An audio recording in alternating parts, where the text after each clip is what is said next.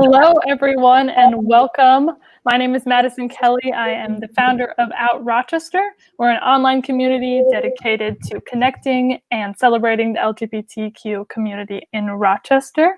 I'm very grateful that all of you chose to participate tonight. This is very exciting. This is our first forum this year, our first forum with you guys, of course. And so I'm so happy that you decided to attend and support our community. Hopefully we'll be able to host more events like this in the future. I'd now like to introduce my co-moderator, Vangie Castro. Hello, I'm Vangie Castro, community organizer and LGBTQA+ activist. I'll be co-moderating today's forum with Madison Kelly of Out Rochester. We are so excited to be hosting the first forum in a series that specifically focuses on issues that concern the LGBTQA+ community and voters. I'm honored to be here and was asked to co-moderate.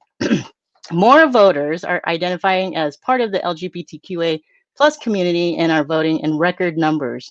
Additionally, many voters are LGBTQA+ allies, and because of their support, were able to defeat the Minnesota Marriage Amendment in 2012 by 51.5%, allowing a pathway for Minnesota marriage equality in 2013.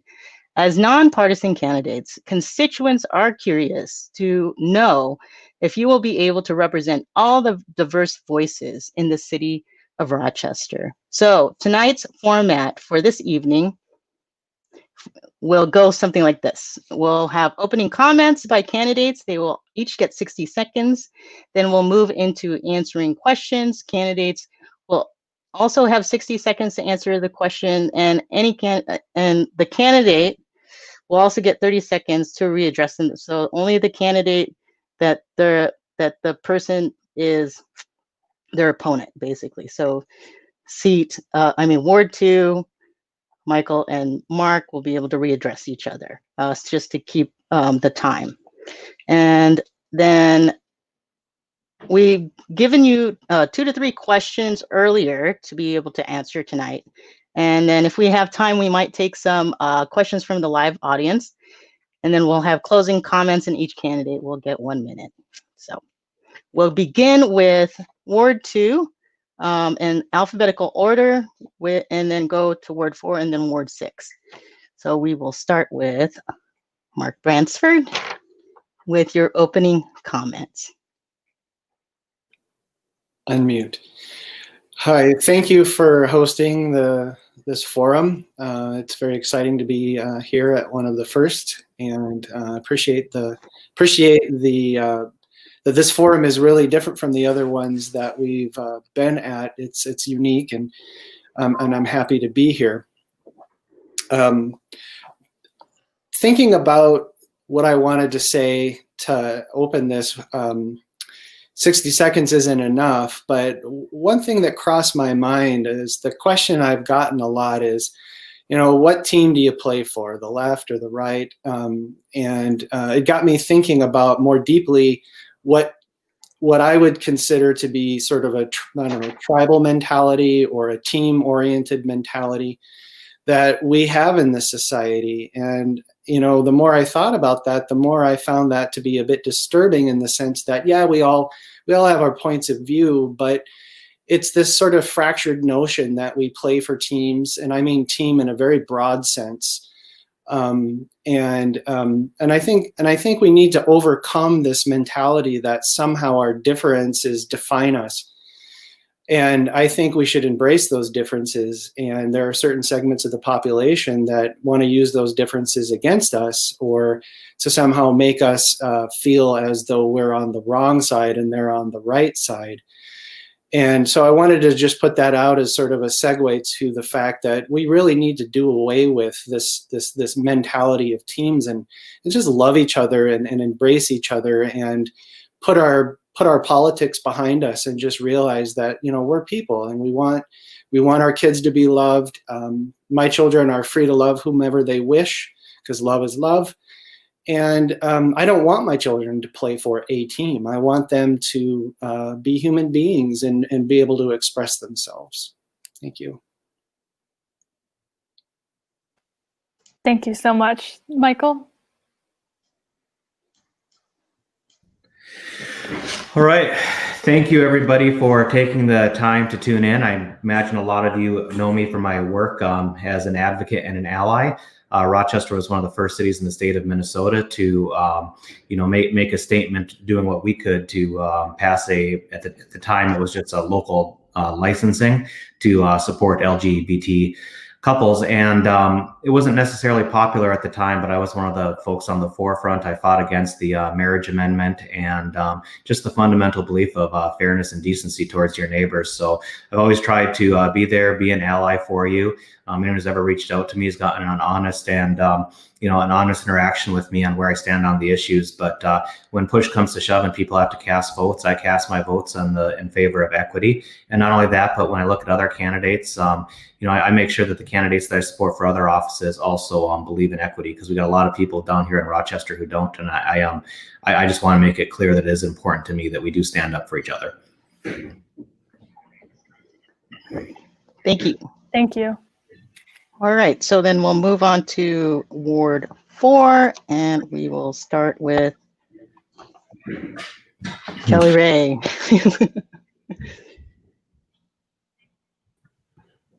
Hi, everybody. I'm Kelly Ray Kirkpatrick, and I'm running for City Council in Ward 4 here on the southeast side of Rochester, and it also encompasses the downtown core area. Wow. What a highlight of the campaign to be able to be the first group of candidates that Out Rochester brings forward to the public to share in diversifying our community, in honoring choice, in honoring our differences that can bring us together, differences that should not make us grow apart, but help us to grow stronger and grow forward together. I am about equity. I'm about equitable housing. I'm about equitable economics. I'm about stressing the planet less. I'm about incorporating people into the decision-making process for many of the things that we do on the city level. And I think it's paramount that we open up the dialogue, not just a one-way dialogue, but a two-way dialogue. We need to get to know our neighbors. We need to engage in citizenry that is the participatory citizen process. We all need to become more engaged with each other, with our city, to bring about what we want to have happen in our city. We're on the cusp of, I think, some really great things, but we need to pull together to make it through this tough time, and honoring each other is the way that we can best do that. So thank you for hosting this evening, and thank you, viewers, for chiming in. Thank you. And we'll go with Katrina Pulham. Ms. Katrina Pulham. Thank you again, and this is very exciting to be the first group of candidates to be a part of these forums. So we are all, I think, excited to be here. I'm a small business owner in town, a wife, a mom to all boys. Before starting my business, I worked mostly in finance and banking. I have 12 plus years of banking and finance experience that I will hopefully be able to bring to our council. I'm running today for a lot of reasons, but the main reason seems to always come back to transparency and truly making sure that our citizens' voices are heard and they're a part of the decision making. Our city council is here to listen and work for the people in our community, and we've kind of lost that a little bit, and we need to work to get it back and find new innovative ways to engage our community and really find new ways to communicate with one another. Today, inclusion and diversity is so important, and if elected, I'll be the youngest and the only brick and mortar small business owner on our council. So hopefully I will be able to offer a different perspective on our council's decision making. Inclusion is one of the most important things, and that includes including everybody in our community. What Mark said about bringing everybody together, and really we're all people. We need to listen to everybody's voices. It's so important today, especially in a time where people are so drawn apart. So bringing people together, it's what I do. I listen to people every day. I serve our community today, every day, as a business owner here in town. And I love to welcome everybody into my business. It's who I am as a person. And I hope that I can help bring our community together as well. Thank you. Great. Thanks. All right, Thank you. so we will move to Ward 6 and start with Molly Dennis. All right, thank you so much. I think my video is a little off. I wanted to say that this is one of the most important forums that there has been, because when we talk about equity, this is the time. It should have been many years ago, but because of the unveiling of racial inequalities, because of COVID, re-examining our priorities in life, I believe this is a time for us to open dialogue and look at our cultural narrative. I have always had the signs in my yard, and I've had I've walked in the pride rallies and shown up to the events to show my support as an ally. But sometimes in life you have these pivotal moments, these moments of paradigm shifting. And when I was in college, I was an RA, resident advisor, and I had a safe sign on my door that said, this is a safe place. And here, when I volunteered for 11 years for Mayo Hospice, we create a place of open conversation. So we have uncomfortable conversations, examining who we are, looking in the mirror of our own biases, our own privileges. And so I've always had these kind of experiences, but pivotal moments where you're like, oh, I watched Cinderella growing up. And then you're like, wow, gender roles are pretty ingrained from birth. And then when you realize that gender is fluid, it's not a binary construct of our society. When you have those moments of the aha moments, and I've had some when I've facilitated OWL our whole lives. We talked about, and I'm an educator, so innovator, a leader by trait, but like the genderbread, I use I don't know if I can do this very slowly, but genderbread, if you guys haven't seen the genderbread, when I first came into the awareness of gender being fluid, was a pivotal moment in my life. And so I feel like when we look at our roles, in our society, this is the time when we can really say, we need to be truly inclusive. We need to truly be opening our eyes and our understanding, and not only what we learned from birth, but become more open and truly be a place where everyone can succeed. Thank you. Great, thank you, Molly. Thank you so And much. now, Craig Ugland. Close. Ugland. So thank Ugland? you. Sorry about that. No problem. So thank you to all Rochester and Vangie for hosting this tonight. As the other 5 candidates have said, it's pretty cool to be a part of the very first forum. So the main focus of my campaign is to regain trust of our city council through community input, important issues that have been brought up that I will bring to the city council is to refocus the current council on getting back to the basics to get us through our current COVID crisis, to eliminate the personal agendas and control our reckless spending. I can lead us into getting back to efficiently running the city with no political agenda. And as mentioned before, our country is so polarized on this side or that side, and it's not doing anybody any good. It inhibits results because of the infighting, and we need to eliminate that, especially locally. I've been involved in our community for about 15 years as a volunteer and leader in many of our local and regional nonprofits. I'm familiar with all of our wards around Rochester, specifically Ward 6, because I was born and raised here, and I live less than a mile and a half from the house I grew up in. But my career allows me to get all around town, and that also gives me an opportunity to meet all types of different people, people of different race, different ethnicities, different career paths, different social status, different monetary status. So I get to hear the broad spectrum of people's needs. And I think that I can be a good voice for everybody on our city council. So I'm here to listen and to provide answers and results. I truly enjoy the LGBTQA+ community, having friends family, coworkers, and clients all within that community. And I believe that they have been underrepresented, but most importantly, they need to be heard and understood. And I feel that I have the ability to do that.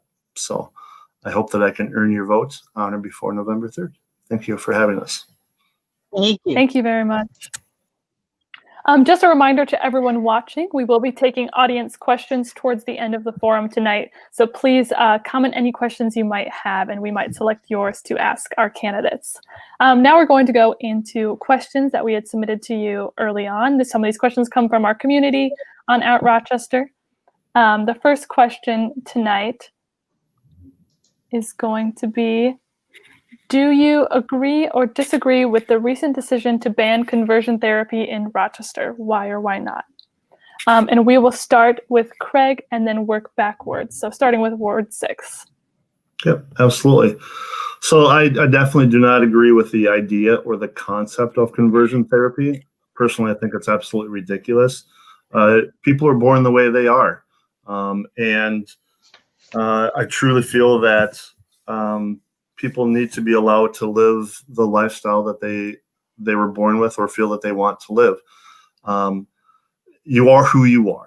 And as Mark had mentioned earlier, love is love. And I truly believe that. We're Americans and we have the freedom to love who we want to between two consenting adults, and the government shouldn't have any say on those personal decisions.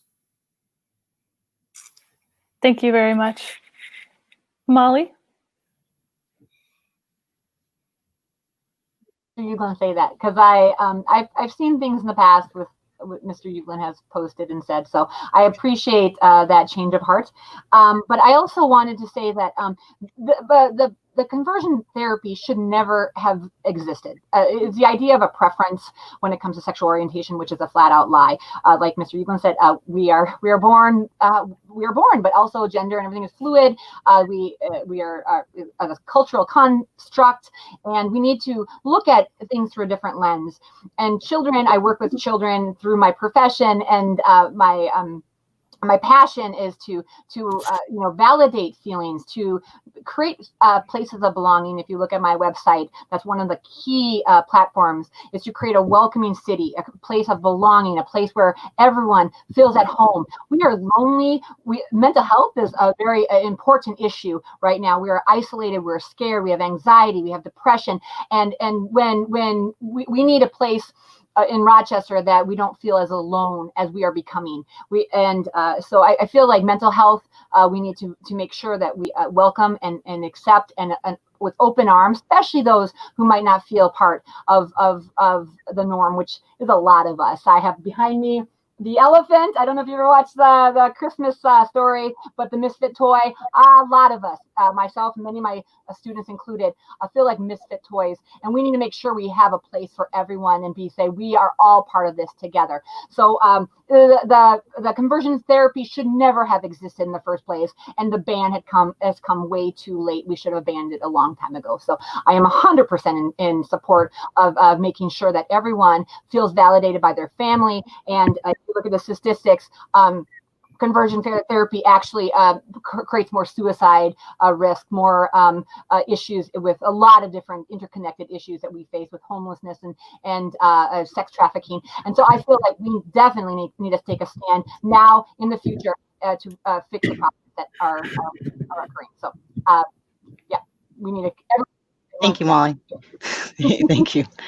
All right. So moving to Ward 4, we'll start with Katrina. Vangie, do we want to allow Craig to readdress? Oh, yes. Do you want to? Yes. People have the opportunity to readdress. Thank you, Madison. So a comment was made about things that I have posted on Facebook, and I will assume what you're referring to is some screenshots. That needs to be clarified. The screenshot that's likely being referred to is a movie quote that I posted on a friend's wall 10 years ago. That friend is a straight male. This was not a derogatory term towards him. It was completely taken out of context. And I feel I've been raked over the coals because of that one screenshot from a movie quote, The Hangover, 10 years ago. It's completely inappropriate.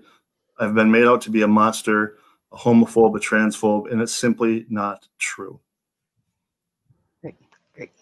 Thank you for that. Craig. Thank you for the opportunity to rebuttal. All right. Then we'll move on to Ward 4. So, Katrina. All right. Well, yes, I think you're going to hear pretty common consensus on this subject. I don't think anyone that is running would agree that it is a good thing. Conversion therapy, it's something I actually didn't know much about, and I've kind of learned about as all of this happened. Yes, sorry, told you my child wouldn't last very long. But as we learn about it, and as we, I've learned about it, I guess, it is disturbing. It's kind of a scary concept. So I'm not sure that it was ever happening in Rochester. I tried to look into it to find out if it was, and was before the ban. And I don't believe it was, but don't quote me on that because I'm not obviously 100% positive. But yeah, I definitely don't disagree with the decision. My one problem with it is I don't think the city council can actually ban it. I don't know if, and maybe somebody can clarify it if they know for sure, but I don't believe the city council actually, with the decision that they made, can actually stop it from happening here.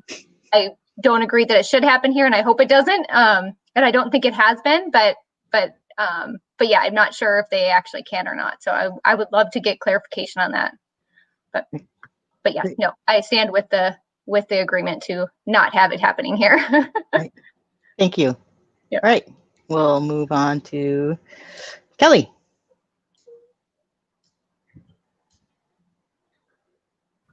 Yeah. Oh, sorry. Say more. That's no problem. I got it. Thanks, Vangie. So yes, I strongly agree that conversion therapy should be banned. LGBTQIA plus people don't have the choice. We're born the way we're born.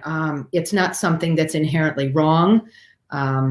It's just the way we are. So I think when we consider moving forward as a city of health, we need to consider the Human Rights Commission. We need to consider the American Medical Association, the American Psychiatric Association, and how they disapprove of conversion therapy, because there is a load of data that is behind how dangerous it is, how traumatic it is, how just wrong, how violating it is.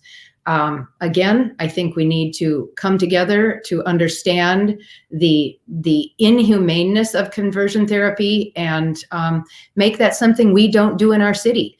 And the way we do that is by pulling together with other cities and getting the legislation to the state to adopt it, just like Olmsted County Public Health did with Tobacco 21. We have a lot of strength here in our city and a lot of pull when we combine our voice with other community voices to bring something to our state and to our communities and our region. So I think we should continue. I think the city council made a wise move when they voted to ban it. It was a strong decision. Thanks. All right. Thank you. Thank you. All right. So should we move on to Ward 2 now? Yes. Okay. Unless anyone has any rebuttals, but I don't believe so. So, Michael? Yeah, I'm going to do two things here. I'm going to be cognizant of the time, out of respect to getting to as many questions from the out community as possible. And second thing I'm going to do is give you a straight answer. Yes, I support it. I helped bring it forward, but not only do I support it, but I take on folks who are who are allowing this practice to go on. In fact, my own state senator, Carla Nelson, is one of those people who's blocking the more meaningful action at the state, because Katrina is correct that there's limits to what we can do. We took it as far as we could, but as long as we have people willing to support politicians that are willing to step on the lives of others, we're not going to make progress in this. So my answer is an emphatic yes, and I'll yield the rest of my time. Thank you very much. Mark?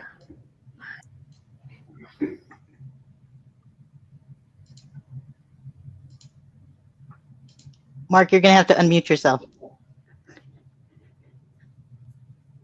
There you go. Ah, There you go. okay, there we go. Sorry.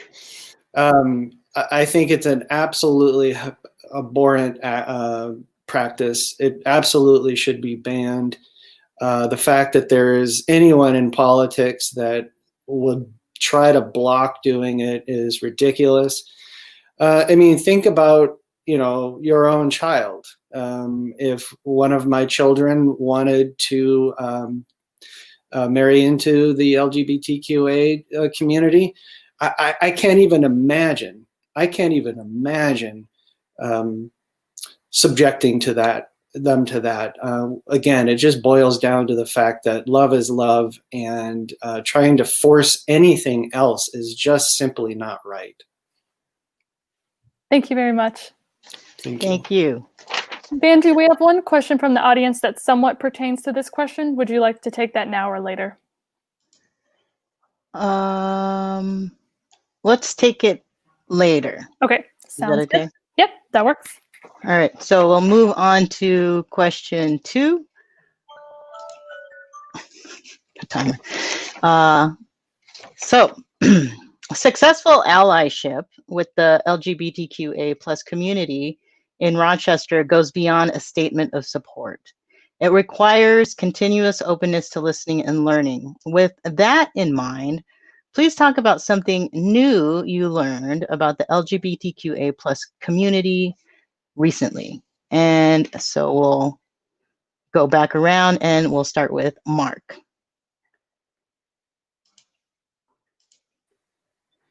Hi. Yeah. It's interesting. I have being a community actor in the last year or so. I interacted a lot with people in the LGBTQA plus community. And to me, it was they were just people. We interacted. I never really thought of them as their sexual orientation. They were just friends and fellow actors. Similarly, at Mayo, I actually had a really, really, really good friend, and he happened to be gay, but we would go to the bookstore together and just hang out, go to movies. And again, I really never thought of that person as my gay friend. I just thought of him as my friend. And in the course of this campaign, with you, Vangie, stepping up and putting yourself out there to be a candidate for the city council, really, I learned that, maybe I'm naive, I don't know, but it really struck me as how homophobic and people are, and maybe I just didn't see it, or maybe I just didn't want to see it. And I'm so happy that people are speaking up. Out Rochester is great, and I really applaud defending differences, and I will be more cognizant of that in the future. But maybe it's a good thing that I just didn't even think about those differences at all. And I hope the rest of society just sees people as people, and then it takes organizations like Out Rochester to actually make that a reality. Great. Thanks, Mark. And we'll go to Michael. All right, thank you for the question. I'm blessed to have a lot of folks from the out community in my life, and I've learned a lot. Most recently, I guess I learned that when I had my pride flag upside down, and the red has to go on the top when it's hanging in front of my house. So that's that was important to know. Additionally, just creating opportunities for people to serve. I'm a big fan of ranked choice voting, which is one of the tools that can really help get a lot of new voices into politics and take the power away from the same old players. And I'm very willing to help out with that. But I think probably the greatest thing that I've learned over a period of time is that the need for safe spaces, and just how much people appreciate great spaces like our public library and other places where anyone can feel safe. That's something that as a cis white male I take for granted, but that a safe place is so incredibly important. And I yield the rest of my time. Thank you very much.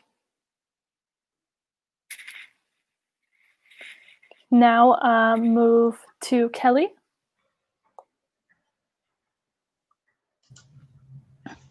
Thanks.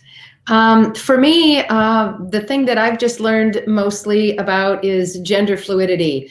I'm think I'm clearly the oldest person at this forum. So I came of age at a very different time in the early 80s, and gender conformity was something that was paramount, and there wasn't a lot of people coming out at the time. So I loved learning about the gender unicorn, and I've been looking up things in the last couple of weeks in honor of this forum. I really have enjoyed this whole learning process. I'm picking up new words, new definitions for terms that I didn't understand completely before. I know that I'm a cisgender white gal. I didn't understand what cisgender was before, and I do now. So it's been very fascinating to me, because what it's going to do is it's going to help me to better advocate and better understand the needs of people who feel less comfortable than I do on a daily basis. And I need to be able to honor that, whether elected or not. Just understanding that I have a privilege that goes above and beyond, something that I didn't ask for, but because of the way I was born, I want to be able to advocate for those that really struggle and want to feel comfortable in their own skin. Thank you. Katrina? So something new that I've learned was really learning about conversion therapy. When that got brought up to the council, I looked into it and learned a lot about what it was, and what it meant for people in the LGBTQA+ communities.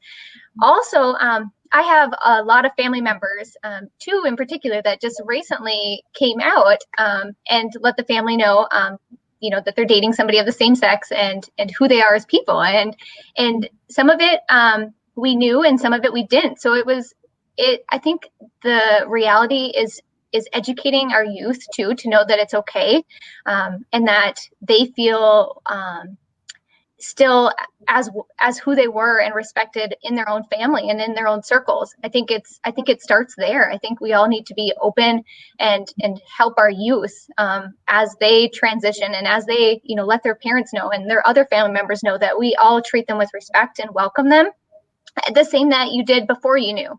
And I think that helps them grow as people, and I think that helps our community, and it helps at a young age people feel appreciated and respected. That's one of the newest things I've learned just from my own family experiences, and then also a couple of my friends are right now the same age as me, and so we're all starting families, and starting a family when you are of a same-sex couple is very hard to do. And so a lot of people have been looking at other options as far as adopting and other situations that you could have a child.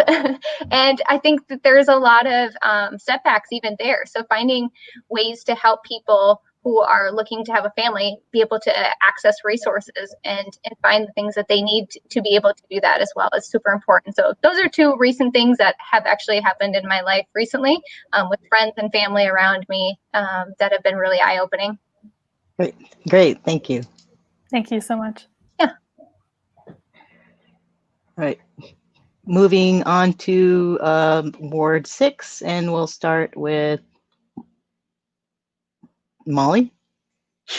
Okay. Oh, okay. Thank you. Yes, this is so things are happening here right now with the gender neutral bathrooms. Bathrooms are another way that we try to categorize people, separate people. So that is things that are happening right now in Rochester. I've looked at I've had a lot of experience with my activism that I've done in the community, and so I had to really search. I'm like, what is new? And so I called people up. I called my family up who is gay, and I asked her. I said, what would people need to know? And her response is like, well, the Supreme Court situation, of course, taking away rights that for women's bodies. That is, of course, was a big issue on her mind. And also that when a heterosexual person gets married, no, is not a political issue, but it is when she gets married. And so those kind of ideas, like paradigm shifting ideas, is like, why is it political when someone of the same sex gets married and someone who is not, heterosexual does?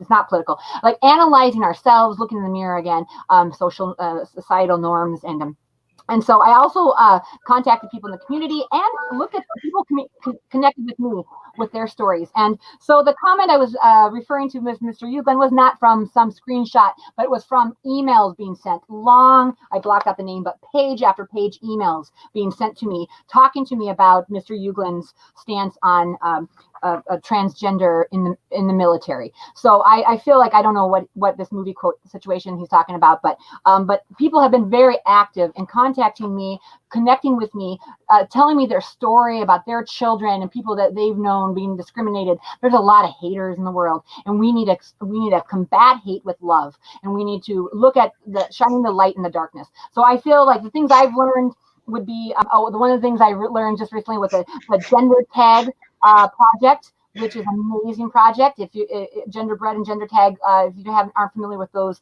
please look them up. They're paradigm shifting experiences, and the Gender Tag project helped me learn other people's stories on what gender means to them, which was a neat experience to get outside of my box and experience someone's reality. So that's what I learned recently. So thank you. Thank you so much for sharing. Craig, would you like to respond and share your opinion on this question?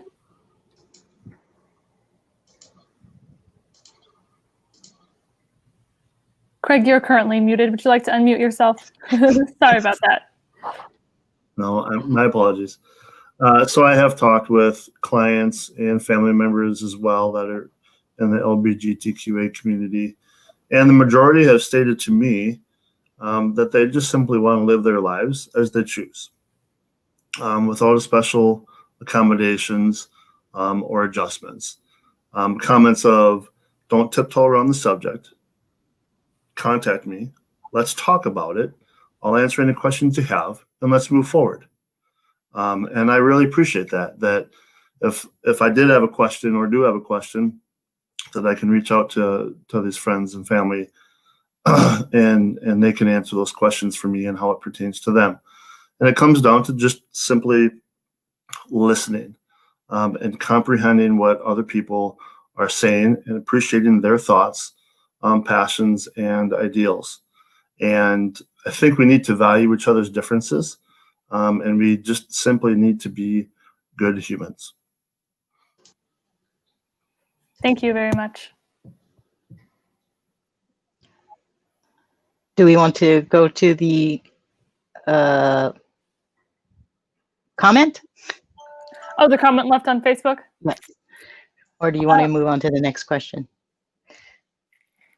Either way works for me. The comment also, like Molly had mentioned, was about people's opinions on transgender individuals in the military. They had brought up similar opinions, so I was curious if Craig, if you wanted to respond to that, or if anyone else wanted to respond to that. Yeah, so the conversation that's being referred to was in 2017, and it was a conversation following the transgender in our military support rally downtown. And there was a lot of conversation and comments, and what I had commented was reiterating what the military's stance was, and that the military's view on having transgender in the military is that, generally speaking, and these aren't my thoughts, these are what the military says, generally speaking, transgender soldiers take more physical and or mental health treatment than other soldiers. And that, of course, has been turned on me to paste me as a transphobe, which is, again, simply not true. I don't care how you live your life. Live your life how you want and be happy about that. I do the same with my life. I try not to judge others, and I don't want others to judge me. What's been really frustrating about this whole thread on Facebook is not one person has reached out to me to ask me my feelings on it. The screenshots that were taken were noted and specifically taken out of context to paint the picture. How inappropriate is that? And why are these dirty politics being played in the local realm? We see what it's doing to us nationally. Why would we want to bring that locally? So I appreciate the opportunity to address that. Again, things were taken out of context, and that's not my opinion. That's was the military's view on why they were disallowing transgender soldiers to join the military from that point forward. Great. Thanks, Craig. And I think Kelly wants to address that comment. Thanks, Vangie. I was waving my hand because you had suggested, or the prompt was, does anybody else want to comment on that? And so I didn't know that Mr. Ugland was going to respond, but I would just say that absolutely I advocate for the LGBTQIA plus community to be in the military. If I support the LGBTQIA community and I support law enforcement in the military, then I can't separate the two. That's a fallacy. So yeah, we need to make sure that anybody who wants to be in law enforcement or in our military has the right to do so comfortably, healthily, and do what they need to do to serve. Great, thank you. And I think Thank you very much. Molly, you wanted to comment also? I do. Thank you. I just want to comment that words have power. Words shape culture. When I started running, I learned amazing new words. Like I didn't know BIPOC, Black, Indigenous, people of color. I like that. We need to shape, as a leader, shape culture, bring into the light the things that are important. And when I was a teacher, I would reprimand students who use the term "that's gay" because that was the negative term of the time. And I had a student come to me in tears and thank me for speaking up and saying that wasn't appropriate. And it takes one voice to speak up and say that's not right, and it changes people's lives. These emails I've been receiving about from the community on things that Mr. Ugland has been saying, these have filled with emotion, and that words have power. So even if it wasn't Mr. Ugland's term, I truly believe as a leader, we need to speak the culture, create the culture that we want, and redefine what our society should be. So I'm just saying, even though it was a quote from something else or his terms, which I have seen to what he's referring to, even though he tries to justify this, I just want to say as a leader, and I'm a visionary leader, you want to look for the future of the culture that we want to have. Thank you. Okay, great. Thank you. Thank you very much. All right, we're going to move on to our next question here. And the question is, Madison, hold on. Sorry. We want to just make sure that we have time. So we might want to just move on, since we only have about a little more than 15 minutes, move on to kind of their closing prompt, which we sent to them earlier about, which you can read. Yes, no worries. What? No, it's this one. Sorry. Sorry. So our closing prompt today for candidates is, why should the LGBTQA plus community and their allies vote for you? We can start with Mark in Ward 2 and then work our way down.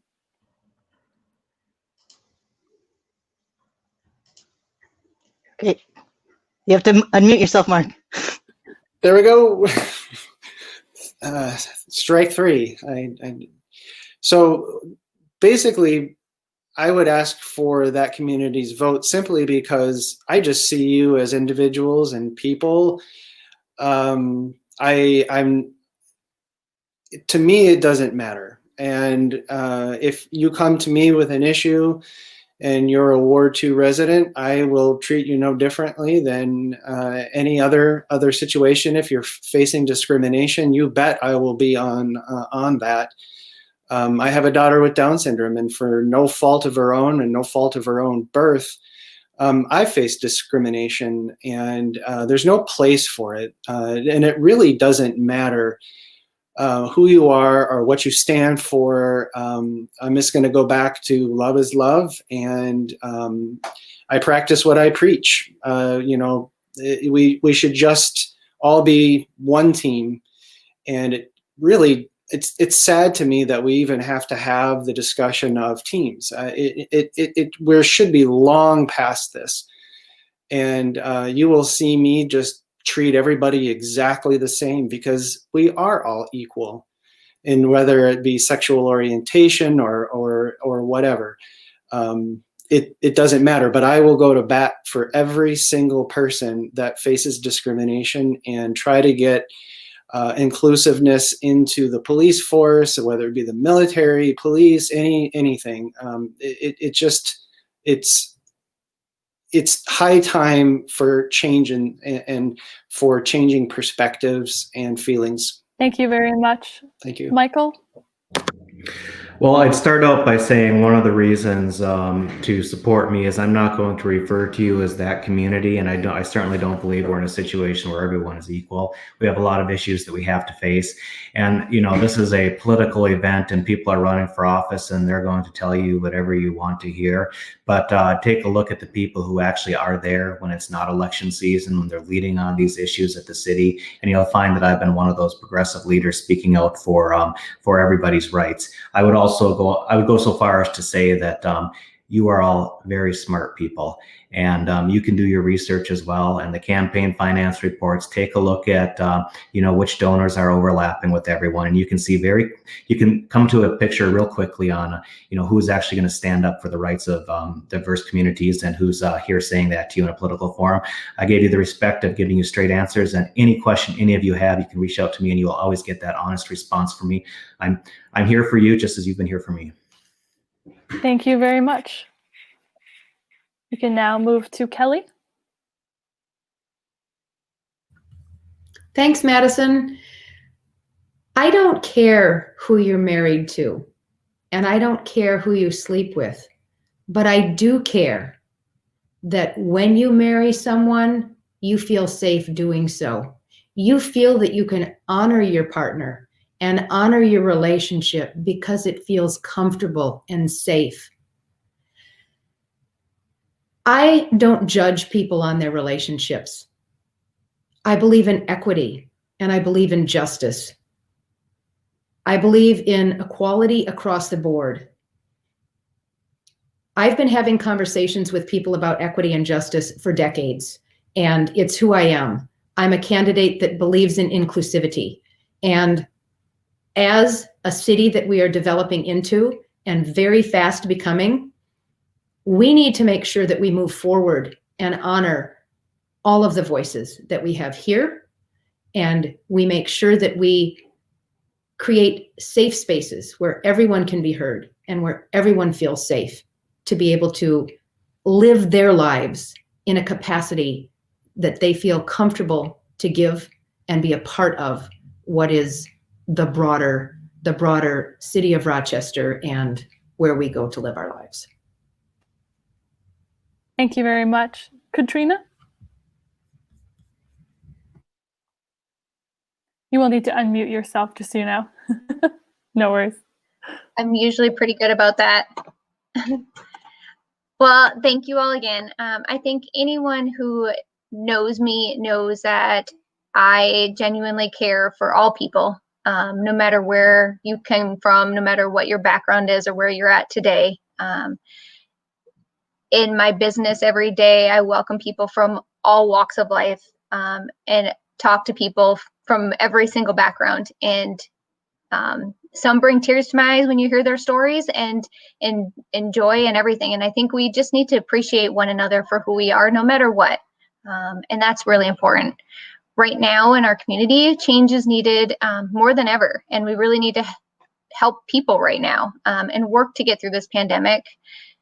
As we move forward, we just need to listen. We just need to be inclusive. We just need to make sure that people are being heard. We all have a story, and we just need to feel, I think like everybody has said, safe in our community, and that is important. Everybody needs to feel safe and needs to feel represented. I love all of my friends and family who represent the LGBTQ community. They have parts in my life, and I think that as more people talk about it and it comes out more and more people will feel comfortable. And I think that's the most important thing, that it's just talked about and people start to learn and understand and people feel more comfortable and not as if they're different in any way, because they're not. They're no different than you or me in any whatsoever way. And I think that's just important, that people feel respected for who they are as people. So I hope that I can be that person and represent you, and I hope that I can earn everybody's trust and respect. Thank you very much. Molly? Thank you again so much, because this is a resource. Out Rochester is another resource, there are not many that are around for people to be able to validate their identities and connect to others. So I just want to thank you very, very sincerely for having these forums and for connecting people. I would love it if everyone out there could research and see which candidate shows up, which candidate goes to the Rochester Initiative, Black Lives Matter rallies, which candidates show up to all of the forums and every event, because they want to know and understand. Listen with the intent to understand and connect. Look at which candidate. Big money influences elections, but votes will win elections. So I ask you to become a voter, research, look at the websites, and really look at who is backing the candidates, what if conflict of interest they may have, what due to their professions, and see that who endorses them. For instance, Sandra Means and Annalisa Johnson, who are both Ward 6 council members, both endorse me because they have seen the leadership and the way I connect to people and listen to your story. So please look at the candidates, and I am a stakeholder. I smile more, so I ask all you gentlemen to also smile more, because I understand the issues that we're facing, and I understand that we need to look to the vision of the future. And I want to I'm joking about the smiling more. I think everyone should do whatever they need to do, because we all need to be in this together. And I just want to say that I am a visionary leader, and I will show up for you, Ward 6, and I will represent the underrepresented voices in Rochester so that everyone can succeed together. Thank you. Thank you very much. Craig? Craig, your volume. I think Mark and I are tied for 3 strikes. I have gone to bat for the LGBT community for the last 14 years, but I've done it quietly. With the deafening silence of a Patriot Guard flag line. The reason the Patriot Guard was formed is because of a group out of Kansas called the Westboro Baptist Church, and they protested military funerals because the U.S. tolerated homosexuality, and they held signs of absolute hatred that God hates fags, and that's why these soldiers were in these caskets. And when I heard about this, I knew this was wrong. And that's why I've been an extremely active member with the Patriot Guard to stop these vile humans from doing what they do. And we have had results. Westboro Baptist Church doesn't come to Minnesota anymore. They don't come up here and protest our military funerals. So we've had results. And I'll continue to fight that fight. I'll continue to stand at military funerals. I've stood at military funerals of friends that were in the LGBTQ community. And I would do it again in a heartbeat. She was a close friend of mine, and it was a horrible, sad death. I would do that again for her in a heartbeat. It's the right thing to do. But I do it not looking for praise. I do it because it's the right thing. I don't do it because I'm a veteran, because I couldn't serve due to my disability. I do it because it's the right thing. The reason I wasn't at the Black Lives Matter rallies is because I was supporting other veteran events, because that's my passion. Not that the Black Lives Matter rallies weren't important, but I had an event that was planned a year in advance, and I wasn't going to step away from that to attend another appointment. So thank you. Thank you very much. Okay, I think Mark wants to readdress. Yeah, I would just like to say Michael? I do apologize for saying that community. That was not. I misspoke, because I do stand with the LGBTQA community, and as I said, who you are is it doesn't matter to me. Love is love, and I would like to say I find it sad that the LGBTQA community and my support and other candidates' support would be politicized by talking about donors, because the people that are saying this are politicizing the issue itself. It distracts from the fact that you know, they know it's in any one particular person's heart, and they don't when they say things like that. And it's sad. I'm sad that that was even said, because it takes away from the central issue of just simply accepting people for who they are. Great, thank you. And I think Michael wants to say something. You get 30 seconds. Thank you. And I again want to reiterate that you folks are smart people who are watching this, and do your research, connect the dots, connect the names. Just about every local race, you have people who are going to be your allies, and you have people who are going to say they're going to be your allies. I don't need to connect the dots for you. You're smart folks. You can go out and do it. Thank you very much. All right. Well, that is the end of our forum tonight. Thank you, everyone, for participating. It really means a lot to Vangie and I that you chose to sit down and talk with us about these important issues. If you or anyone watching hasn't heard of Out Rochester before, you can find us on Facebook or Instagram at Out Rochester. Again, we're dedicated to connecting and celebrating the LGBTQ+ community in Rochester. It was such an honor to talk to you guys tonight. Vangie? So we weren't able to take all questions tonight, so we will send them forward to the candidates, and if they would wish, they can answer them, and then we'll post their answers on the Out Rochester forums, either on Facebook or on Instagram. So I just wanted to thank everyone again for their participation in tonight's candidate forum. The general election is on November 3rd, and early voting has already begun. We'll provide links to the candidates' websites if you'd like to learn more about them. Have a wonderful night. Stay safe and be well.